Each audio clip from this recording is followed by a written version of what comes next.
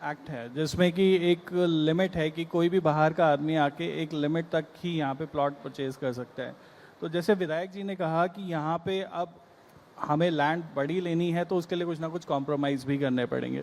तो अभी जैसे माननीय मुख्यमंत्री जी और हमारे प्रधानमंत्री जी ने कहा था कि यहाँ पे डेस्टिनेशन वेडिंग के लिए, हमारे प्रधानमंत्री जी ने अभी ग्लोबल समिट में कहा था, तो उन्होंने कहा था कि यहाँ पे एक वेडिंग डेस्टिनेशन होना चाहिए। तो उस चीज़ के लिए यहाँ पे अब बहुत सारे, मतलब अगर मैं बात करूँ तो कुछ अच्छे होटल्स और रिजॉर्ट्स वाले ऑलरेडी लाइन में हैं जो इस पे वर्किंग कर रहे हैं। और मुझे ऐसा लगता है कि आने वाले कुछ ही समय में, मतलब हमें हो सकता है अगले साल ही कुछ एक दो अच्छे बड़े नाम यहाँ पर मिले। अब जैसे सपोर्ट की हम बात करते हैं आज की डेट में, अगर हम उत्तराखंड में बात करें या हमारे देश में बात करें, उत्तराखंड और हमारी मोदी गवर्नमेंट मिलके एक तरीके से डबल इंजन की सरकार हमारी यहाँ पर आज चल रही है।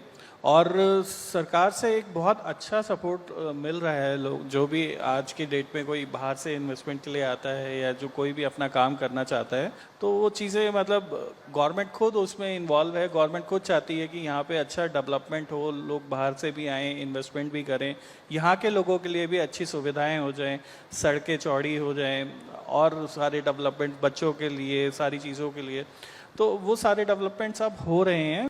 सर, आप दोनों लोगों से पहला सवाल अनंत सर आपसे है मेरा, मैं दोनों लोगों से सेम सवाल कर रही हूँ।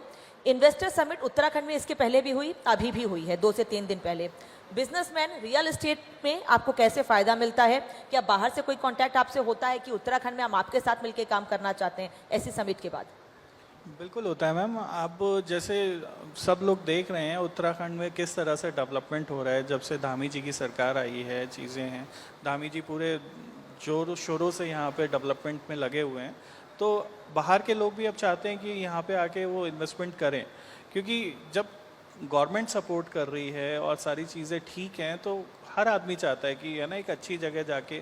अब अगर हम दिल्ली एनसीआर की बात करें, दिल्ली एनसीआर के लोग परेशान हैं, वहाँ पर इतना पॉपुलेशन, इतना पोल्यूशन और सब चीज़ें रहती हैं, तो उन्हें भी चाहिए कि कभी हम यहाँ पे जैसे आते हैं, यहाँ पे अपना एक सेकेंड होम लेते हैं या वो करते हैं, तो उन्हें एक अच्छा माहौल मिल जाता है, मतलब एक वो सारी चीज़ें होती हैं। हरेंद्र सर, आप बताएं इन्वेस्टर समिट से कैसे फायदा हो रहा है और क्या कुछ सीखने के लिए लोग बाहर से आपसे आते हैं?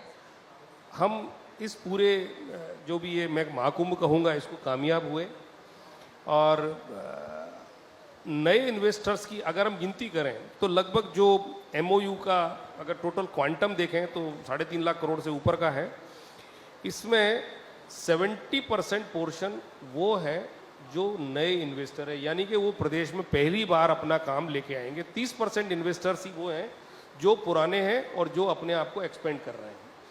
ये इंडिकेट करता है, ये छोटा सा उदाहरण, कि कितना वो लोग सीरियस है और उन्होंने सरकार की भूमिका को सराहा है।